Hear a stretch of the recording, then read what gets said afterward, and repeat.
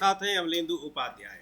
बिहार में मतदाता सूची को लेकर और नए नए वहां पर तमाम जो रिपोर्ट्स आ रही हैं वो इस बात का खुलासा करती जा रही हैं कि चुनाव आयोग अचानक ये स्पेशल रिव्यू कराने पर क्यों तुला हुआ था और क्यों उसने अचानक ये फरमान जारी किया है। खबरें यहां तक आ रही हैं कि मतदाता सूची के पुनरीक्षण में वहां भारतीय जनता पार्टी के कार्यकर्ता और पदाधिकारी तक लगे हुए हैं।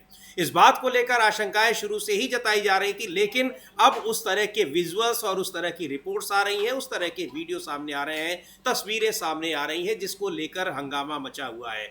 मतदाता सूची को लेकर परेशान अब दूसरे राज्यों की पार्टियां भी हो रही हैं और यहां तक कि एनडीए के घटक दल भी हो रहे हैं। आपको पता, हमने बताया है कि किस तरह से तेलुगु देशम पार्टी ने पत्र लिखा है चुनाव आयोग को और साफ तौर पर कहा है कि मतदाता सूची का जब पुनरीक्षण हो तो उसको स्पष्ट किया जाना चाहिए कि यह सिर्फ मतदाता सूची को रिव्यू किया जा रहा है, इसका एनआरसी से कोई लेना देना नहीं है। यह पत्र लिखा है और जो तेलुगु देशम पार्टी के प्रतिनिधिमंडल ने। और इधर ओडिशा में जिस तरीके से वह बालासोर की घटना हुई है, वहां एक छात्रा को अपनी जान देनी पड़ी है, उसको लेकर जबरदस्त हंगामा मचा हुआ है और राज्य सरकार घिरी नजर आ रही है।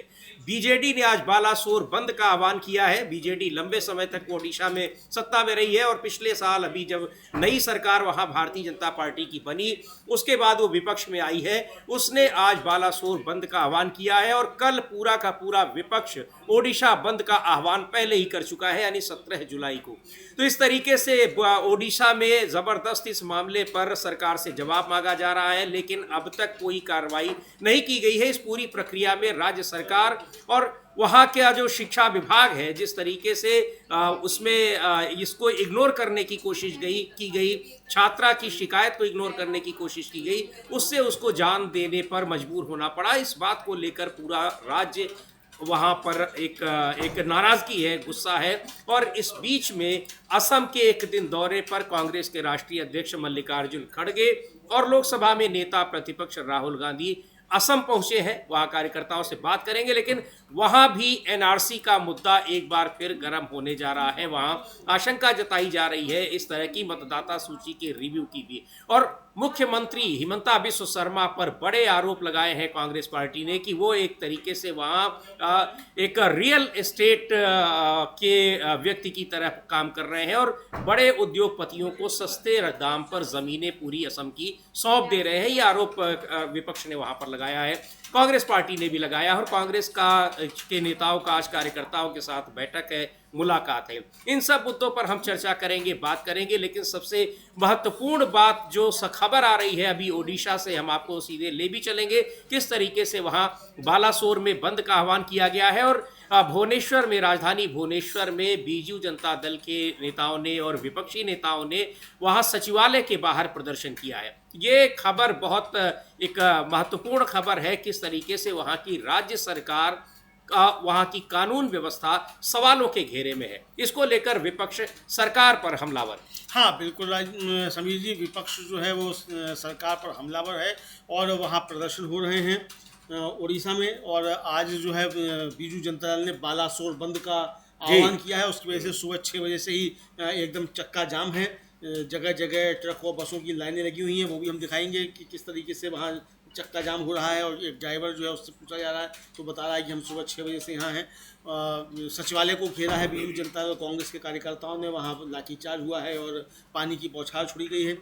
और विपक्ष का कहना ये है कि सरकार जो है वो पूरी बेशर्मी के साथ अपराधियों के साथ खड़ी हुई है जी। और जो केंद्रीय शिक्षा मंत्री है धर्मेंद्र प्रधान और वहाँ के सांसद और विधायक और अधिकारी जो है उनका इस्तीफा मांगा जा रहा है। और कल वहाँ विपक्षी दलों का उड़ीसा बंद का आह्वान है, पूरे उड़ीसा का। और कल शाम को जी मोमबत्ती मार्च जो है वो निकाला है कांग्रेस ने। तो कांग्रेस के जो प्रदेश अध्यक्ष है भक्त चरण दास, उन्होंने कल शाम को अपनी बात रखी है इसको लेकर, उसको भी हम लोग सुन पाएंगे। जी बिल्कुल, कांग्रेस के प्रदेश अध्यक्ष ओडिशा में भक्त चरण दास को हम लोग सुनेंगे और इस मुद्दे पर वहां छात्रा की जो जान गई है, अखिल भारतीय विद्यार्थी परिषद की वो छात्रा थी और उसने यौन उत्पीड़न को लेकर अपने विभागाध्यक्ष के खिलाफ आरोप लगाए हैं बालासोर में और उस पर कोई कार्रवाई नहीं की गई। आरोप यही है अब तक जो बातें पता लगी हैं और इन सारी चीज़ों से सबके पास जहां भी हो सकता था उस छात्रा ने अपनी शिकायत दर्ज कराई वहाँ पर जिम्मेदार लोगों के पास, न सिर्फ कॉलेज प्रशासन के पास, बल्कि वो पार्टी के लोगों के पास भी गई, सरकार में से जुड़े लोगों के पास भी गई, लेकिन उसकी कोई सुनवाई नहीं हुई और आखिरकार उसको मजबूर होकर अपनी जान देनी पड़ी। सुन लेते हैं भक्त चरण दास क्या कह रहे हैं। लेकिन इस मामले में पूरी सरकार इस समय घिरी हुई नजर आ रही है, लोगों में गुस्सा है और आज बालासोर बंद का आह्वान किया है बीजू जनता दल ने और कल आह्वान किया है पूरे विपक्ष ने ओडिशा बंद का। भक्त चरण दास को सुन लेते हैं। प्रदेश अध्यक्ष, और किस तरीके से जो पूरी घटना हुई है उस छात्रा को उसको अपनी जान देने पर मजबूर होना पड़ा है, वो बता रहे हैं। इसको लेकर पूरे राज्य में गुस्सा है। आज बालासोर बंद का आह्वान किया गया है और कल पूरे ओडिशा में बंद का आह्वान है और पूरा विपक्ष इसमें एक साथ इस बंद का आह्वान किया गया है। इसको लेकर वहां नाराजगी देखी जा सकती है और ये अभी जो तस्वीरें आ रही है, ये कोलकाता चेन्नई राजमार्ग पूरा वहां पर इस समय जाम लगा हुआ है। बंद का ये असर है और बालासोर बंद का आह्वान किया है बीजू जनता दल ने। इसमें हम कुछ वहाँ के जो ट्रक ड्राइवर्स हैं, काफ़ी देर से वो इसमें फंसे हुए हैं, उनसे भी उनकी बातें भी सुनेंगे वो क्या कह रहे हैं। लेकिन इस मुद्दे पर राज्य सरकार बुरी तरह से घिरी नजर आ रही है और सबसे ज़्यादा जो हैरानी की बात है कि जो छात्रा है वो अखिल भारतीय विद्यार्थी परिषद यानी सत्तारूढ़ पार्टी का ही जो छात्र इकाई है उसी से जुड़ी हुई थी। हाँ, वो सत्तारूढ़ दल की छात्र इकाई जो उससे ही जुड़ी हुई थी और उसने ये कहा जाता है कि धर्मेंद्र प्रधान से लेकर वहाँ के स्थानीय सांसद जो थे जी, उन तक और विधायक तक और डीएम तक और प्रिंसिपल तक सबसे कहा। उसके पिता की एक बाइट वायरल हो रही है जिसमें वो कह रहे हैं कि उनकी पुत्री जो थी वो प्रिंसिपल से मिलने गई और उसके बाद बाहर निकलकर उसने आत्मदाह कर लिया। तो आखिर क्या कहा गया उससे अकेले में जिसकी वजह से उसने एक कदम उठाया। तो अब उस प्रिंसिपल को जो है वो कह रहे हैं कि इस पर हत्या का मुकदमा जो है चलना चाहिए। अब वो तो सरकार के ऊपर चलाएगी कि नहीं चलाएगी, चूंकि सरकार तो एक तरीके से जो विपक्ष आरोप लगाता रहता है ये यौन अपराधियों के साथ जो है खड़ी रहती है, तो ये वहाँ देखने में आ रहा है। लेकिन इसको लेकर काफ़ी ज़्यादा बवाल वहाँ हो रहा है और आज बालासोर बंद का आह्वान किया है बीजू जनता दल ने, उसकी वजह से लंबी लंबी लाइनें लगी हुई, जैसा आपने बताया, हम सुन भी सकते हैं। जी बिल्कुल। और ये वहाँ पर जो लंबी लाइनें लगी हुई हैं ये आप देख सकते हैं, विजुअल्स वहीं के हैं, ट्रकों की लंबी लाइनें हैं और कोलकाता चेन्नई राष्ट्रीय राजमार्ग है ये। वहाँ पर सुन लेते हैं कि किस तरीके से जो जाम का असर है और जो जाम की वजह से जो वहाँ पर लोग परेशान हो रहे हैं उनका क्या कहना है। आह्वान किया है बीजू जनता दल ने, वहीं की ये घटना है जहां वहां पर कॉलेज की छात्रा को अपनी जान देने पर मजबूर होना पड़ा और आरोप लग रहे हैं कि ये पूरा न केवल कॉलेज प्रशासन और वहां पर स्थानीय प्रशासन की लापरवाही है बल्कि इसमें राज्य सरकार की भी लापरवाही है, क्योंकि उस छात्रा ने अपनी शिकायत हर संभव उच्चाधिकारियों से और जिम्मेदार लोगों से की थी, लेकिन उसकी सुनवाई नहीं हुई है। बहुत से आरोप लग रहे हैं। राहुल गांधी ने ट्वीट कर के बताया है कि उन्होंने उस छात्रा के पिता से बात भी की है और वो किस तरीके से परेशान है पूरा परिवार। इसको लेकर जबरदस्त गुस्सा है ओडिशा में राज्य सरकार के खिलाफ और राज्य सरकार के खिलाफ इस गुस्से की वजह से वहां पर बालासोर में आज बंद का आह्वान किया गया है और कल पूरे ओडिशा में बंद का आह्वान किया गया है। और इधर बीच एक अभी जो खबर आ रही है कि असम में आज कांग्रेस पार्टी के राष्ट्रीय अध्यक्ष मल्लिकार्जुन खड़गे और नेता प्रतिपक्ष राहुल गांधी का एक दिन का दौरा है असम का। अभी कुछ देर पहले वहां पर पहुंचे हैं राहुल गांधी और इस दौरे को लेकर वहां पर काफ़ी चर्चाएं हैं। राज्य सरकार पर कई आरोप लग रहे हैं, खासतौर पर मुख्यमंत्री हिमंता बिस्वा शर्मा के ऊपर। और जब बिहार में इस समय जो एसआईआर की प्रक्रिया चल रही है सवालों के घेरे में है, सुप्रीम कोर्ट में भी उसको चुनौती दी गई है, 28 जुलाई को सुनवाई है, उन सब के बीच असम में कांग्रेस के नेताओं का ये दौरा काफ़ी मायने रखता है। ये विजुअल्स आ रहे हैं वहाँ के एयरपोर्ट के, जहाँ पर राहुल गांधी और मल्लिकार्जुन खड़गे पहुँचे हैं अब से थोड़ी देर पहले। जी बिल्कुल समीर जी, राहुल गांधी और मल्लिकार्जुन खड़गे पहुंच चुके हैं और जब वो कार्यक्रम में जाएंगे तो वो भी हम लोग सीधा दिखाएंगे, प्रसारण करेंगे उसका कि वहाँ क्या चल रहा है, राहुल गांधी क्या कह रहे हैं और मल्लिकार्जुन क्या कह रहे हैं। कल असम के जो मुख्यमंत्री जो कांग्रेस के अध्यक्ष गौरव गोगोई जी, उन्होंने इसको लेकर इनकी राहुल गांधी और खड़गे की यात्रा जो है कार्यक्रम है उसको लेकर अपनी बातें रखी थी। उसको भी हम लोग सुनेंगे कि गौरव गोगोई क्या कह रहे हैं और किस तरीके से हिमंता बिस्वा शर्मा जो असल हिमंता बिस्वा शर्मा को लेकर एक बड़ी दिलचस्प बात यह है समीर जी कि हिमंता बिस्वा शर्मा बहुत ज़्यादा सक्रिय रहते हैं राहुल गांधी के खिलाफ बोलने में और राहुल गांधी इस समय असम में है जी और असम में गुवाहाटी में है, जो एक तरीके से कहा जाए कि गढ़ जो अभी तक कहा जाता है हिमंता बिस्वा शर्मा का वहाँ है। तो अब देखना ये कि किस तरीके से चुनौती राहुल गांधी वहाँ से देते हैं। असम में चुनाव अभी नहीं है, बिहार के बाद वहाँ चुनाव होगा जी। लेकिन तैयारियां अभी से शुरू हो गई हैं चुनाव की, ये देखा जा सकता है। और राहुल गांधी और मल्लिकार्जुन खड़गे जो पहुंचे हैं तो वहाँ वो अपने कार्यकर्ताओं से बातचीत करेंगे, सांसदों विधायकों से बातचीत करेंगे, कई बैठकों में उनको तो सुन लेते हैं जो गौरव गोगोई क्या बता रहे हैं, क्या कार्यक्रम है राहुल गांधी का और मल्लिकार्जुन खड़गे का असम में। लेकिन असम में भी सरकार तमाम आरोपों से घिरी हुई है और विपक्ष लगातार वहां पर राज्य सरकार के खिलाफ हमलावर है। सुनते हैं पहले गौरव गोगोई जो प्रदेश कांग्रेस अध्यक्ष हैं असम के, वो क्या कह रहे हैं। अब गौरव गोगोई बता रहे हैं कि किस तरह से असम की राज्य सरकार और खास तौर पर मुख्यमंत्री हेमंता बिस्वा शर्मा वो रियल एस्टेट ब्रोकर की तरह से काम कर रहे हैं और बड़े पैमाने पर जमीनों को उद्योगपतियों को दे रहे हैं, जिसकी वजह से ट्राइबल्स को और असम के लोगों को विस्थापित होना पड़ रहा है। बड़ा आरोप लगाया है और आज वहां पर राहुल गांधी और मल्लिकार्जुन खड़गे पहुंचे हुए हैं असम में और जिस तरीके से आरोपों से घिरे हुए हैं। हालांकि हेमंता बिस्वा शर्मा बीजेपी के मुख्यमंत्रियों में ऐसे मुख्यमंत्री हैं जो काफ़ी मुखर रहते हैं और वहाँ मुखरता में उनकी तुलना जो है वो बहुत ही फायर ब्रांड नेताओं से होती है और वो कोशिश करते हैं कि उनमें सबसे आगे वो दिखाई पड़े। हाँ, और उनकी जो टक्कर समझी जाती है वो योगी आदित्यनाथ और देवेंद्र फडणवीस समझी जाती है कि भाई इनसे टक्कर ले रहे हैं और चूंकि नई एंट्री है उनकी, कांग्रेस से ही आए हैं, कांग्रेस से ही आए हैं तो उनको अपने को ज़्यादा साबित भी करना पड़ता है। इस तरीके की बातें होती रहती हैं और काफ़ी ज़्यादा आक्रामक राहुल गांधी को लेकर और कांग्रेस को लेकर रहते हैं हेमंता बिस्वा शर्मा। लेकिन समीर जी, राहुल गांधी ने आज वो बालासोर की जो घटना थी उस पर भी उसके लड़की के परिजनों से बातचीत की, उसका उन्होंने ट्वीट भी किया राहुल गांधी ने। वो भी हम लोग दिखाएंगे कि उन्होंने क्या बात की और ट्वीट में उन्होंने लिखा क्या राहुल गांधी ने।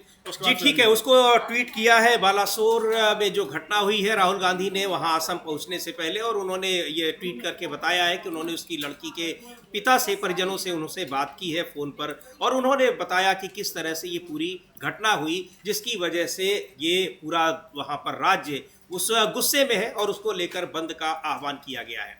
और इधर बिहार में जिस तरीके से मतदाता सूचियों के पुनरीक्षण, गहन पुनरीक्षण का मुद्दा, ये विवाद जोर पकड़ता जा रहा है, उसको लेकर चुनाव आयोग लगातार घिरा दिख रहा है। सुनते हैं पहले तेजस्वी यादव को क्या कहा है और रोज वहां पर नए खुलासे हो रहे हैं। ये इस तरह के भी कई वीडियोज आए हैं, कई रिपोर्ट्स आई हैं कि जो ये मतदाता सूची का जो पुनरीक्षण हो रहा है, इस काम में भारतीय जनता पार्टी के कई पदाधिकारी भी लगे हुए हैं। पहले सुनेंगे तेजस्वी यादव क्या कह रहे हैं, किस तरीके से चुनाव आयोग ये मतदाता सूची के गहन पुनरीक्षण का काम कर रहा है और बीएलओज वहां पर किस तरीके से फॉर्म दे रहे हैं, लोगों से फॉर्म भरा रहे हैं और जमा करा रहे हैं। वो पूरी प्रक्रिया विवादों के घेरे में है और ज्यादातर फॉर्म जमा कर लेने का दावा किया है चुनाव आयोग ने। बहुत सारे सवाल उठ रहे हैं, सुनते हैं पहले तेजस्वी यादव को कि वो क्या कह रहे हैं। लेकिन इस मुद्दे पर जिस तरह से वहां पर चुनाव आयोग घिरा हुआ है और चुनाव आयोग जिस तरह से उसका जवाब दे रहा है, उस पर रिएक्ट कर रहा है, वो भी बहुत हैरान करने वाला है क्योंकि इस तरह की रिपोर्ट्स करने वालों पर एफआईआर वहां पर दर्ज हो जा रही है और अपनी ही खबरों को, जो चुनाव आयोग से संबंधित खबरें हैं, वो सूत्रों के आधार पर चलाई जा रही हैं, उनका संज्ञान नहीं ले रहा है चुनाव आयोग। खैर, पहले सुन लेंगे तेजस्वी यादव क्या कह रहे हैं और किस तरीके से ये मतदाता सूची का गहन पुनरीक्षण हो रहा है उसके बारे में।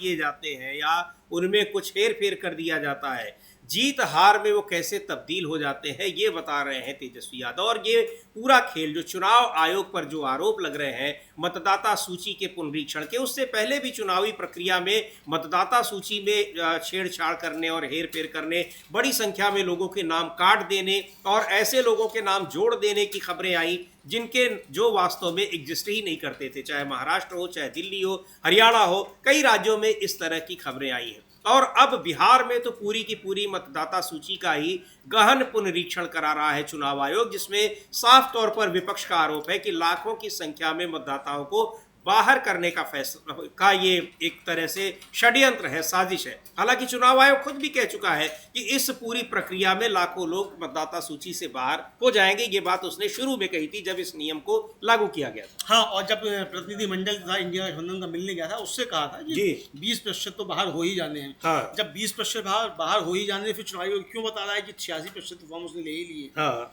तो इसको लेकर भी बहुत सारे सवाल उठाए और जो गणित समझाया है तेजस्वी यादव ने वो काफ़ी ज़्यादा महत्वपूर्ण समीर जो ये समझ में आ रहा है कि इसके पीछे क्या हो सकता है। तेजस्वी यादव का साफ साफ कहना है कि 2015 का जो विधानसभा हुआ था का चुनाव हुआ था जी उसमें 3000 से कम मतों से हार जीत वाली जो थी वो कुल 15 सीटें थी और जो 2020 का चुनाव हुआ उसमें 3000 से कम वोटों से हार जीत वाली कुल 35 सीटें थी। सारा खेल इन 35 सीटों पर किया जा रहा है जी। और ये कहना है कि और अगर 5000 से कम अंतर से हार जीत वाली सीटों को गिने तो 2015 में 32 सीटें और 2020 में 52 सीटें थी और ये अधिकांश सीटें जो है वो बीजेपी या उसके सहयोगी दल जीते जी 5000 से कम जी। तो सारा खेल इन्हीं वोटों को एडजस्ट करने का है कि इन सीटों पर विपक्ष के वोट काट लिए जाएं और अपने पक्ष में मामला कर लिया जाए। इसी के लिए चुनाव आयोग ये एसआईआर कर रहा है। ये तेजस्वी यादव का खुला आरोप है और जो कल उन्होंने बात की उन्होंने कहा भी कि चुनाव आयोग के माध्यम से बीजेपी का निशाना हर ऐसी सीट पर है और ऐसी सीटों के चुनिंदा बूथों समुदायों वर्गों के बहाने ये लोग वोट काटना चाहते हैं। लेकिन हम सब सतर्क हैं, हमारे कार्यकर्ता हर जगह हर घर जाकर इनकी बदनीति का भंडाफोड़ करते रहेंगे।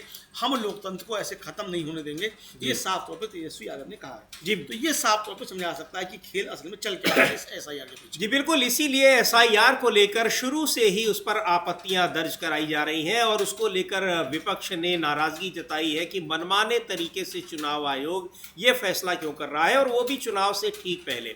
अब उसी आशंका के तहत तेलुगु देशम पार्टी जो एनडीए सरकार का एक अहम घटक दल है और उसी की बदौलत सरकार चल रही है, उसको भी अब आशंकाएं सताने लगी हैं। हालांकि वहां पर आंध्र प्रदेश में अभी 4 साल बाद चुनाव होंगे, लोकसभा के साथ ही वहां भी चुनाव हुए थे और मुख्यमंत्री बने हैं चंद्रबाबू नायडू। लेकिन कल उनकी पार्टी के प्रतिनिधिमंडल ने पत्र लिखा है चुनाव आयोग को, मुलाकात भी की है और आशंका सीधे तौर पर चुनाव आयोग से कहा है कि आप स्पष्ट करिए कि इसका जो एसआईआर कराया जा रहा है इसका मतलब सिर्फ और सिर्फ मतदाता सूची के पुनरीक्षण से ही होगा, इसका एनआरसी से कोई लेना देना नहीं है।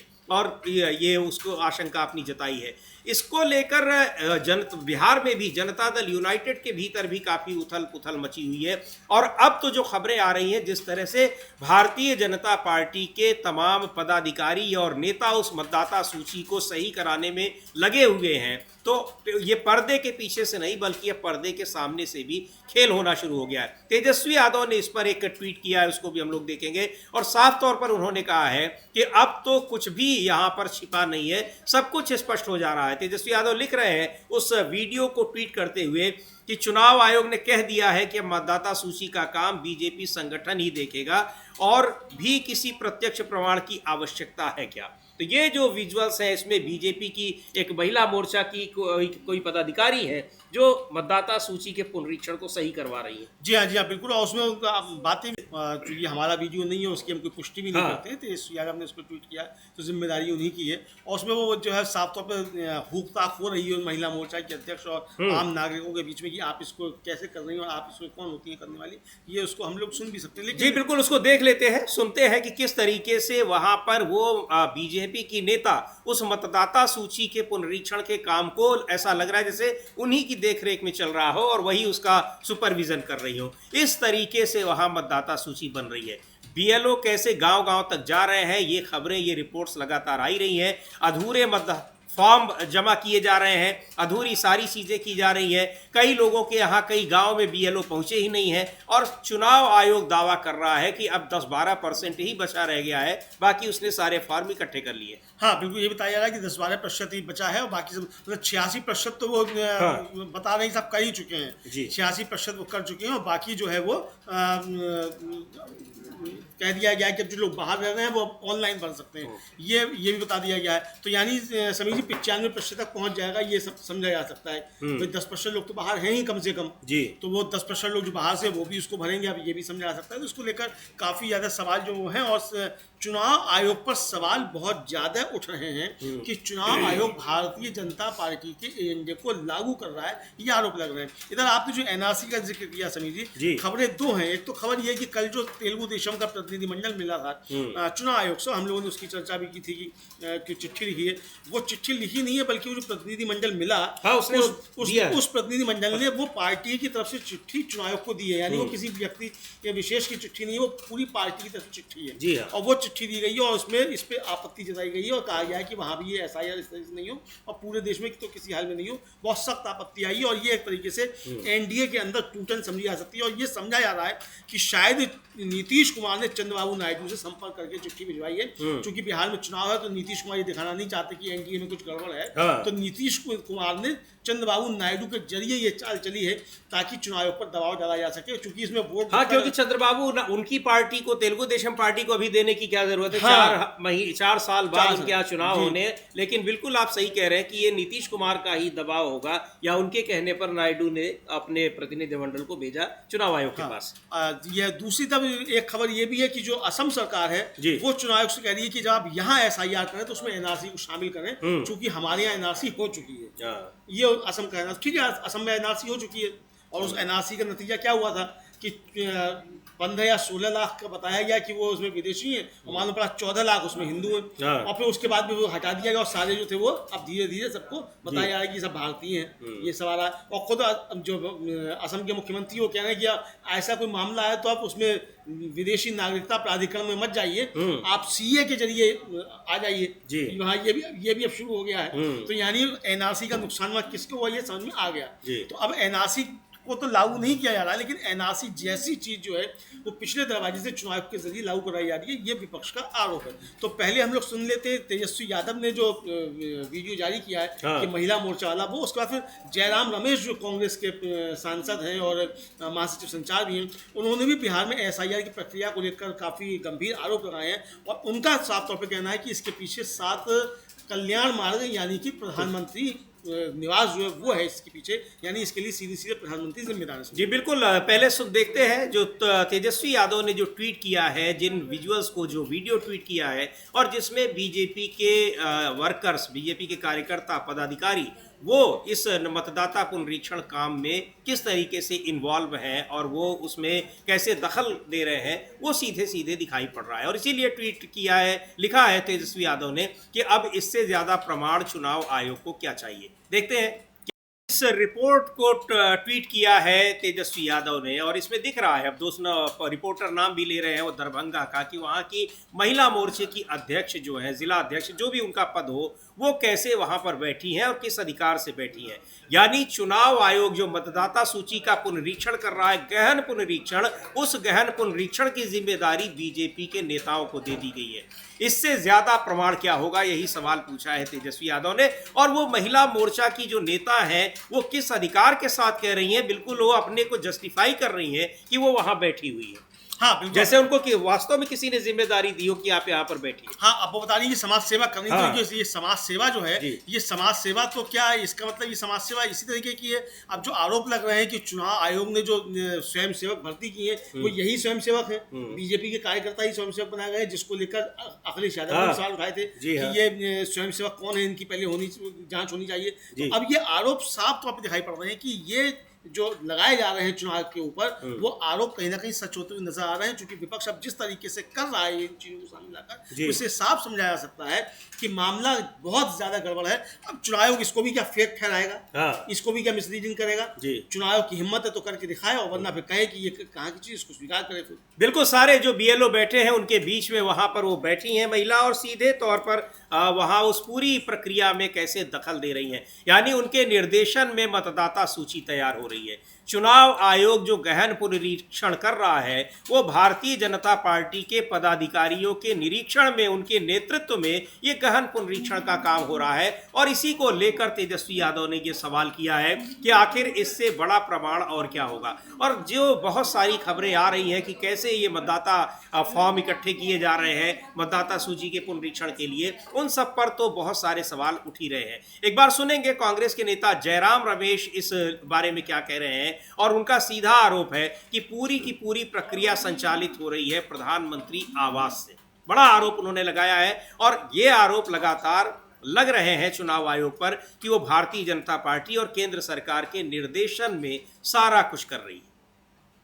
जो संविधान में जो अधिकार दिए हुए हैं उससे परे जाकर जो काम चुनाव आयोग कर रहा है, यानी नागरिकता को जांचने का काम कर रहा है। और इसी आशंका के तहत तेलुगु देशम पार्टी ने भी चुनाव आयोग को पत्र लिखा है और चुनाव आयोग से मुलाकात की है। और दूसरी ओर बिहार में SIR के जरिए ये काम हो रहा है, ये आरोप है विपक्षी दलों के। और किस तरीके से वहां मतदाता सूची बन रही है, अपने आप में ये हैरान कर देने वाली खबरें हैं। ये वीडियो है जो बिल्कुल वहां दिखाई पड़ रहा है कि भारतीय जनता पार्टी के नेता मतदाता सूचियों का जो गहन परीक्षण उसका हो रहा है, रिव्यू हो रहा है, वो वहां बैठकर करवा रहे हैं। अब अगर वो बैठे हुए हैं तो कोई BLO क्या कुछ बोलेगा, चूंकि जिम्मेदार नेता। और हमने देखा भी कि किस तरीके से वो अपने वहां बैठे रहने को जस्टिफाई भी कर रही हैं। एक ये वीडियो आया है दरभंगा का, और इस तरह के और भी कई जगह शिकायतें मिल रही हैं। ये शिकायतें अभी नहीं मिल रही हैं, बल्कि जब बड़ी संख्या में जो ये BLO वहाँ पर नियुक्त किए गए थे, तभी समाजवादी पार्टी के नेता अखिलेश यादव ने सवाल उठाए थे कि आखिर ये जो BLO बनाए गए हैं, जिन पर इसकी जिम्मेदारी दी गई है कि वो घर घर जाकर फॉर्म इकट्ठा करेंगे, वो है कौन, उनका परिचय भी चुनाव आयोग को देना चाहिए। अब सीधे तौर पर उनका परिचय मिल रहा है कि ये स्वयंसेवक है कौन।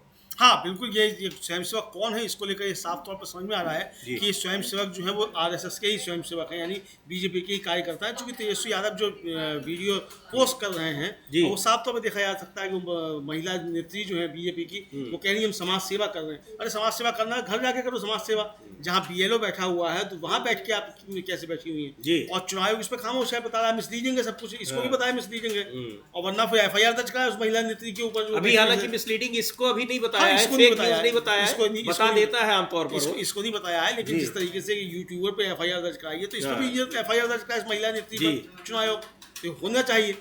लेकिन वो बहुत हैरान करने वाला वीडियो है। साफ तौर पर यह दिख रहा है कि कैसे वहां पर मतदाता सूची तैयार हो रही है। चुनाव आयोग को ये सारी चीजें क्यों नहीं दिख रही हैं, या फिर जानबूझकर वो देखते हुए भी खामोश है। और जो आरोप उस पर लग रहे हैं कि उस पर दबाव है केंद्र सरकार का कि उसको यही करना है, ये उस दबाव में कर रहा है। लेकिन बार बार वो उन रिपोर्ट्स को फेक कैसे बता रहा है जो आंखों के सामने घटित हो रही हैं। बहुत महत्वपूर्ण ये वीडियो है, ये जो रिपोर्ट है इसको हम लोग एक बार फिर देखेंगे, जिसको तेजस्वी यादव ने ट्वीट किया है। दरभंगा का वो वीडियो है, सीधे तौर पर उसमें दिख रहा है कि महिला नेता न सिर्फ वहां बैठकर मतदाता सूची को तैयार करवा रही हैं, बल्कि वो मतदाता उस पर आपत्ति जताने वाले को भी उस पर सवाल खड़े कर रही हैं और अपने वहां बैठे रहने को जायज ठहरा रही हैं। एक बार और देखते हैं उस वीडियो को, किस तरीके से मतदाता सूची का गहन पुनरीक्षण हो रहा है चुनाव आयोग की तरफ से।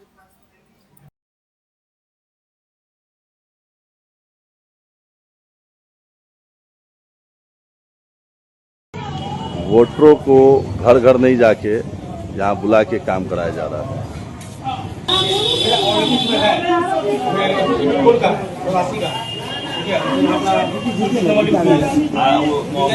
मैडम, ओ मैडम, आप हमको जरा बताइएगा कि आप किस हैसियत से यहाँ पर काम कर रही हैं? आप यहाँ पर कौन हिसाब से काम कर रही हैं? नहीं, समाज सेवी आपका नहीं ना, यहाँ वोटर कर रहा है ना, BLO कर रहा है ना, आप यहाँ क्यों बैठी हुई हैं? नहीं, आपको यहाँ बैठने वाला चित्त नहीं है, शिकायत हो रहा है ना, लोग कंप्लेन कर रहा है। भैया यहाँ का BLO कैसे हम पूछे? कहाँ RJD वाला दिखा दीजिए, कहाँ है? ये बिना मतलब की बात, आप क्यों बैठी हुई है? आपको नहीं बैठना चाहिए ना, आप भाजपा की महिला जिला अध्यक्ष, आपको यहाँ नहीं बैठना है। अरे नहीं, आप नहीं बैठिए ना, BLO काम करेगा कि आप कीजिएगा काम? नहीं, आपको यहाँ नहीं बैठना है, ये गलत काम आप कर रही है। BLO कहीं किसी के पास नहीं जा रहे, घर पे सब लोग यहाँ लाइन लगा के परेशान है, जबकि सबके घरों पर जाके उनको करना है। और यहाँ भाजपा की महिला जिला अध्यक्ष यहाँ बैठ के वोटरों को डिस्टर्ब करने का काम कर रही है। तो चुनाव आयोग किस निष्पक्ष चुनाव की बात करता है? चुनाव आयोग किस निष्पक्ष चुनाव की बात करता है? क्या इसको माना जाए कि चुनाव आयोग बहुत सही काम कर रहा है? चुनाव आयोग पर हर तरीके से शक है। और बैठ के वो महिला जिला अध्यक्ष किस हक से, किस हैसियत से उसने यहाँ पर बैठने का काम किया, और क्यों उसको यहाँ बैठाया गया है? किन लोगों ने उनको आदेश दिया? और जब मैं पूछ रहा तो कहती है कि नहीं, हम समाज सेवा कर रहे हैं। समाज सेवा उनको करना है, ये काम BLO का है। उनका मन होगा किसी का फॉर्म नहीं लेंगी, किसी का फॉर्म हटा देंगी। तो इस वीडियो को ज्यादा से ज्यादा शेयर करें, चुनाव आयोग को टैग करे, दरभंगा DM की तक जाना चाहिए, आप लोग सब इस पर कार्रवाई करें। तो मैं सभी लोगों से चाहता हूं कि इस वीडियो को ज्यादा से ज्यादा शेयर करें, ऊपर तक ये जाना चाहिए कि चुनाव आयोग भाजपा के हाथों बिक चुकी है। जिला अध्यक्ष और वो किस तरीके से वहां बैठी हैं, बता रही समाज सेवा। ये भी पूछ रही है कि शिकायत कौन कर रहा है, क्योंकि उनको कॉन्फिडेंस है कि हमारी शिकायत कहीं नहीं हो सकती है। इसका मतलब उनको चुनाव आयोग से पूरा प्रोटेक्शन मिला हुआ है और कहा गया है कि आप वहां बैठिए, क्योंकि ये आरोप शुरू से ही विपक्ष लगा रहा है कि ये सूची किसके जरिए तैयार करवाई जा रही है, और अब वो सीधे सीधे चीजें दिख रही हैं। अब तक चुनाव आयोग ने ये काफी देर हो चुकी है इस वीडियो के वायरल होने पर, और कई और जगहों पर तेजस्वी यादव ने तो इसको ट्वीट किया ही है। ये वायरल वीडियो है, बहुत सारी जगहों पर ये दिख रहा है, लोग देख रहे हैं। अब तक ये चुनाव आयोग के पास नहीं पहुंचा है। हाँ, चुनाव के पास ये पहुंचेगा भी नहीं समीर जी, क्योंकि ये चुनाव के पास जो चीजें पहुंचती हैं वो उसके मतलब की पहुंचती हैं। चुनाव के पास वो खबरें भी नहीं पहुंची जिसमें बताया गया कि बांग्लादेशी और म्यांमार के और नेपाल के जो है वो वोटर पकड़े गए हैं 35 लाख, जो चुनाव के हवाले से खबर छपी है, उसके सूत्रों के हवाले से। चुनाव आयोग ने अभी तक नहीं कहा कि उसके सूत्र नहीं है, किसी भी एक खबर हमने नहीं देखा कम से कम जी। तो चुनाव को ये पहुंचेगा भी नहीं, लेकिन चुनाव को ये पहुंचे ना पहुंचे, लेकिन चुनाव पर सवाल जरूर हो रहे हैं और पूरी की पूरी प्रक्रिया जो सवालों के घेरे में है। और ये साफ तौर पे, जैसा कि जयराम रमेश ने साफ आरोप लगाया कि इसके पीछे 7 लोक कल्याण मार्ग यानी कि प्रधानमंत्री आवास है, यानी कि प्रधानमंत्री नरेंद्र मोदी जी। और यही बात कृष्णा अल्लावरू ने कही थी कि इसके पीछे बीजेपी के 2 बड़े नेता हैं। ये चुनाव कुछ नहीं है, चुनाव तो केवल उसको एग्जीक्यूट कर रहा है। तो ये आरोप अब खुलकर लगने लगे हैं और जनता भी ये समझ रही है। समीर जी, आप तो जमीन पे थे जी, वहाँ लोगों ने भी आपसे कहा कि चुनाव नहीं, ये तो बीजेपी कर रही है। हाँ, ये नरेंद्र मोदी और अमित शाह कर रहे हैं। ये लोगों ने तो चुनाव आयोग का पता भी, बहुत सारे लोग ये कह रहे हैं कि सरकार ये करवा रही है। हाँ, सीधे तौर पर। तो यानी ये मैसेज एक है। और जो हम लोग चर्चा की थी कि बीजेपी के नेता जो BL संतोष महासचिव वो जब पहुंचे, उन्होंने पार्टी के पदाधिकारियों के साथ बैठक की बात चिंता जताई गई कि जनता में संदेश यही है कि इसको बीजेपी कर रही है। तब जाएंगे वो 19 जुलाई से जो है घर घर जाएंगे, लोगों को समझाएंगे कि हम नहीं कर रहे, इसको चुनाव आयोग कर रहा है। लेकिन जो संदेश जाना था वो तो जा चुका। बिल्कुल।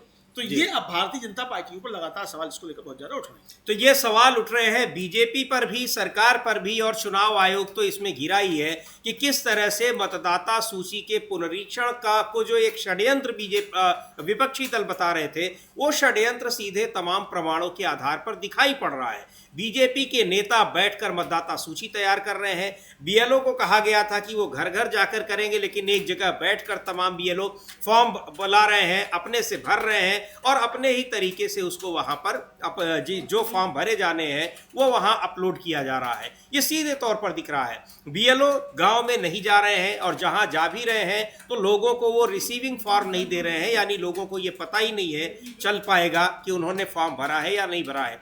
बहुत सारे लूप होल्स हैं, बहुत सारी चीज़ें हैं जो सामने निकल कर आ रही हैं और ये दिखा रही हैं कि मतदाता सूची में किस तरीके से खेल हो रहा है, और एक मजाक बनकर रह गया है पूरा का पूरा जो SIR है, यानी स्पेशल इंटेंसिव रिवीजन।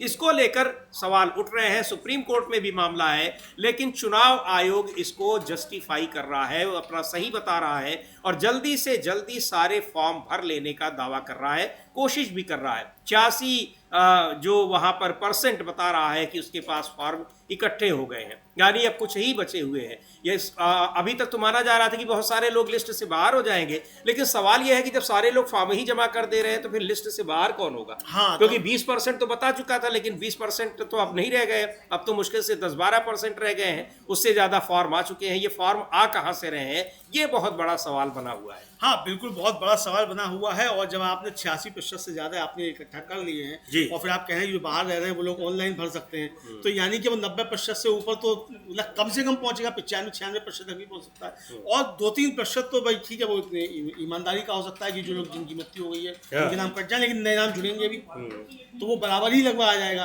तो अब देखना ये कि चुनाव आयोग नाम किनके काटता है, जैसे कि उस चुनाव आयोग के सूत्रों के हवाले से खबर छप रही हो जिनका चुनाव आयोग खंडन नहीं कर रहा है, तो किनके नाम काटता है ये बताना पड़ेगा उसको, कि चूंकि चुनाव आयोग का वकील कह चुका है सुप्रीम कोर्ट में कि एक भी मतदाता का नाम कटेगा तो हम उसको पहले नोटिस देंगे। लेकिन उस नोटिस पर क्या प्रक्रिया होगी, वो लंबी प्रक्रिया, उस पर भी चुनाव आयोग से सवाल पूछा था सुप्रीम कोर्ट ने।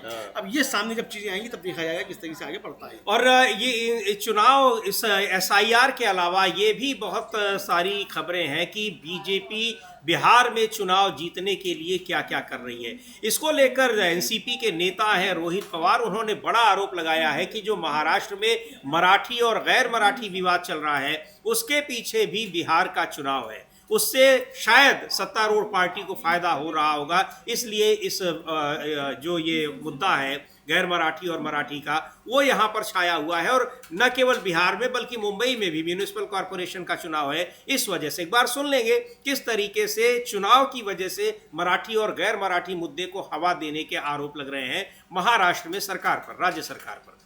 मराठी का विवाद हो रहा है, ये आरोप लगा रहे हैं रोहित पवार, एनसीपी के नेता हैं। लेकिन बिहार में चुनाव को लेकर जिस तरह से तैयारी भारतीय जनता पार्टी कर रही है विपक्ष के मुताबिक चुनाव आयोग की मदद से, उसके अब प्रमाण सीधे सीधे दिखाई पड़ रहे हैं।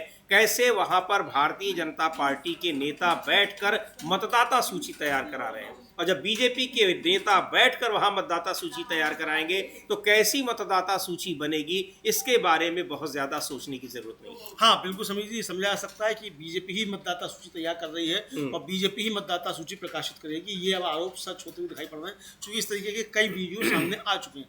इधर समीर जी, संसद का मानसून का सत्र शुरू होना है, उससे पहले विपक्ष की तैयारियां तेज हो गई हैं। कांग्रेस का कहना है कि सरकार इस सत्र में जम्मू कश्मीर और लद्दाख को पूर्ण राज्य का दर्जा देने का विधेयक संसद में लाए।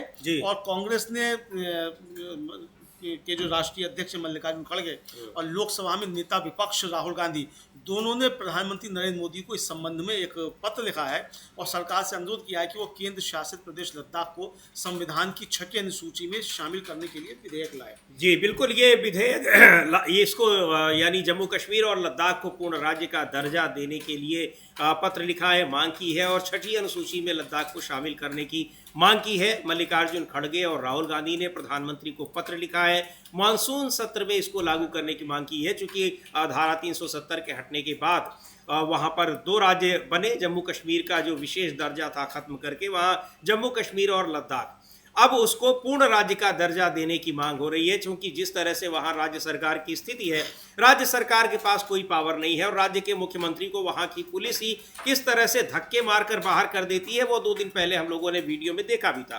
तो एक इस पर मानसून सत्र में बहस होने वाली है, चर्चा होने वाली है, अगर मांग की गई है। लेकिन मानसून सत्र में जो मुद्दा सबसे ज़्यादा गर्म रहने का है, जिसकी संभावना जताई जा रही है, वो है पहलगाम का मुद्दा, ऑपरेशन सिंदूर का मुद्दा और फिर सीज फायर का मुद्दा, जिस पर सरकार बुरी तरह से घिरी हुई है। एक बार सुनते हैं, और कांग्रेस पार्टी के नेताओं ने कहा भी है कि हम इस मुद्दे पर चर्चा की मांग करेंगे, क्योंकि इस पर ना तो सरकार ने कोई सर्वदलीय बैठक बुलाई जिसमें प्रधानमंत्री पहुंचे हों, और ना ही विशेष सत्र की मांग स्वीकार की गई। तो अब इस पर संसद के मानसून सत्र में निश्चित तौर पर विपक्ष चर्चा की मांग करेगा और इसको लेकर विवाद बढ़ना तय है। एक बार सुन लेते हैं राज्यसभा में नेता जो उपनेता है प्रमोद तिवारी, वो क्या कह रहे हैं। संसद में किस तरीके से उसके पूरे आसार दिख रहे हैं कि पहलगाम के मुद्दे पर पूरा इंडिया गठबंधन यानी पूरा का पूरा विपक्ष सरकार को किस तरह से घेरेगा।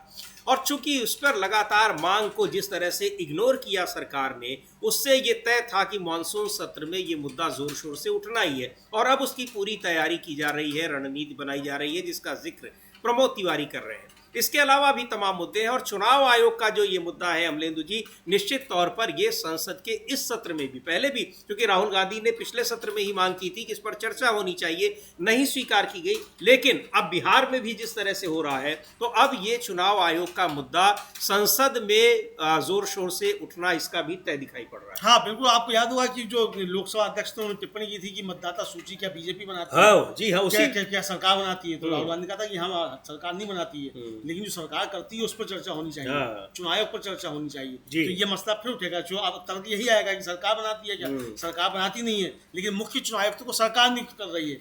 बिल्कुल, मुख्य चुनाव आयुक्त को सरकार नियुक्त कर रही है, और मुख्य चुनाव आयोग जो है वो मतदाता सूची बनाने के लिए सरकार की पार्टी के लोगों को नियुक्त कर रहा है, जो हम लोग अभी दरभंगा का वीडियो देख रहे थे। तो इसलिए अब जो इसने जितने भी स्वयंसेवक नियुक्त किए हैं, उन सबका पहले बायोडाटा जारी करे कि ये किस पार्टी से जुड़े हुए हैं, इनकी नागरिकता क्या है, पाकिस्तान से आए हैं, चीन से आए हैं, जापान से आए हैं, अल-कायदा से आए हैं, IS से आए हैं, कहाँ से आए हैं ये जो आपने जो स्वयंसेवक जो कार्यकर्ता भर्ती किए हैं, इनके बारे में पूरी सूचना चुनाव को देनी चाहिए। और इन्होंने क्या कागजात अपने दिए हैं जी, भाई, आप सारी दुनिया से कागजात मांग रहे हैं, तो जो कागजात ले रहा है उसके पास क्या कागजात हैं। बिल्कुल और मुख्य चुनाव आयुक्त तो ज्ञानेश कुमार जी के पास क्या कागजात हैं, तो ये इनको सबको पहले अपने ये जारी करना चाहिए चुनाव आयोग को। मुझे लगता है तब इस पे ज्यादा अच्छी तरीके से काम हो पाएगा। जी बिल्कुल। और ये जिस तरीके से अब ये लग रहा है कि इस पर संसद के मानसून सत्र में भी गहमा गहमी होगी, वो साफ दिखाई पड़ रहा है, क्योंकि प्रमोद तिवारी जिस तरह से कह रहे हैं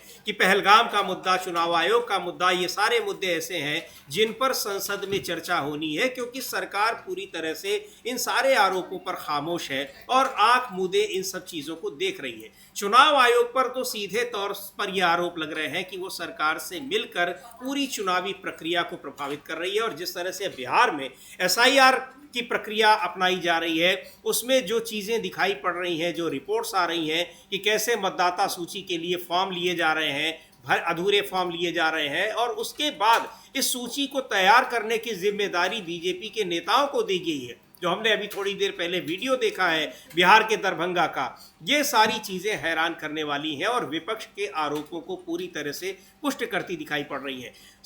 जो बीजेपी शासित या एनडीए शासित राज्य है, बिहार भी उसमें शामिल है, वो राज्य किस तरह से कानून व्यवस्था को लेकर घिरे हुए हैं, वो भी एक बड़ा सवाल है। और ताज़ा तरीन मामला ओडिशा का है, जहां भारतीय जनता पार्टी पहली बार सत्ता में आई है।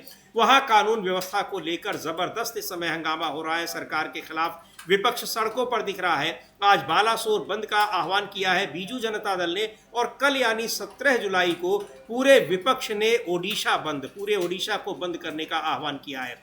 आरजेडी के नेता मनोज झा उस मुद्दे पर क्या कह रहे हैं, एक बार हम लोग सुनते हैं। पढ़ाओ जैसे नारों से कुछ नहीं होने वाला है, जब यहाँ राज्य देखकर इस तरह की घटनाओं का संज्ञान लिया जाता है, ये हैरान करने वाली बात है। पिछले दिनों हरियाणा में भी इस तरह की घटना हुई है, और उसके बाद यहाँ बालासोर में जो कुछ हुआ है, उस छात्रा को जो अपनी जान देने के लिए मजबूर होना पड़ा है, वो एक बहुत गंभीर मसला है, और ओडिशा की राज्य सरकार इस मुद्दे पर बुरी तरह से घिरी हुई है। हाँ, बिल्कुल बुरी तरीके से घिरी हुई है ओडिशा की सरकार, और ये कहा जा रहा है कि इस तरह की घटनाएं नवीन पटनायक के समय में नहीं हुई, और बीजेपी की सरकार आते ही इस तरह की घटनाएं शुरू हो गई। और जहाँ जहाँ बीजेपी की सरकारें हैं, वहाँ वहाँ बेटियों के ऊपर इसी तरीके की मुसीबतें आ रही हैं, और ये आरोप लगाते हुए साफ तौर पर दिखाई पड़ रहे हैं मनोज झा भी। जी, तो ये विपक्ष के जो आरोप हैं, अब ये लगता है कि कुछ सच साबित होते हुए नजर आते हैं।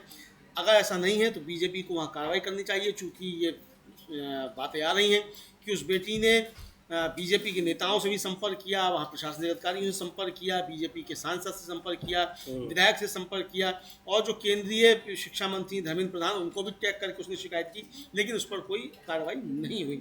नवीन पटनायक जो वहाँ के पूर्व उप मुख्यमंत्री हैं, उनका साफ तौर पर कहना है कि अगर इसकी जिम्मेदारी तय कर दी गई होती और सरकार ने ठीक से काम किया होता तो उस बच्ची की जान बचाई जा सकती थी। ये घटना नहीं हुई। जी बिल्कुल, उसमें पूरी तरह से हर स्तर पर लापरवाही दिखाई पड़ी है, जो खबरें आ रही हैं, जो रिपोर्ट्स आ रही हैं, और इसीलिए राज्य सरकार घिरी हुई है इस मुद्दे पर, चूंकि उसकी शिकायत कहीं सुनी नहीं गई किसी फोरम पर। अब इसको लेकर एक बड़ा आंदोलन चला रहा है विपक्ष।